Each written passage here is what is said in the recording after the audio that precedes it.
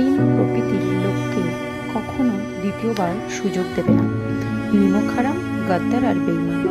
এই তিন প্রকৃতির মানুষ থেকে নিজেকে সবসময় দূরে রাখবে। তোমার জীবনকে তছনছ করে দেবার জন্য, ধ্বংস করে দেবার জন্য এরা যথেষ্ট। কখনো ভুল করে ওদেরকে দ্বিতীয়বার সুযোগ করে দেবে না।